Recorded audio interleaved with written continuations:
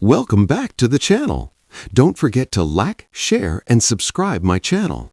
Today, we are explore how to create a business sales page image using Super Zoom in Photoshop. I open Photoshop and set a wide sales page canvas.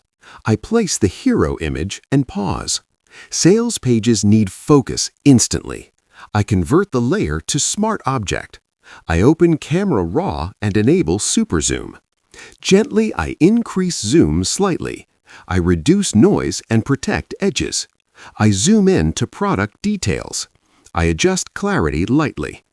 Business sales visuals should feel confident, not pushy. I add a subtle mask to guide the eye. I zoom out and imagine a visitor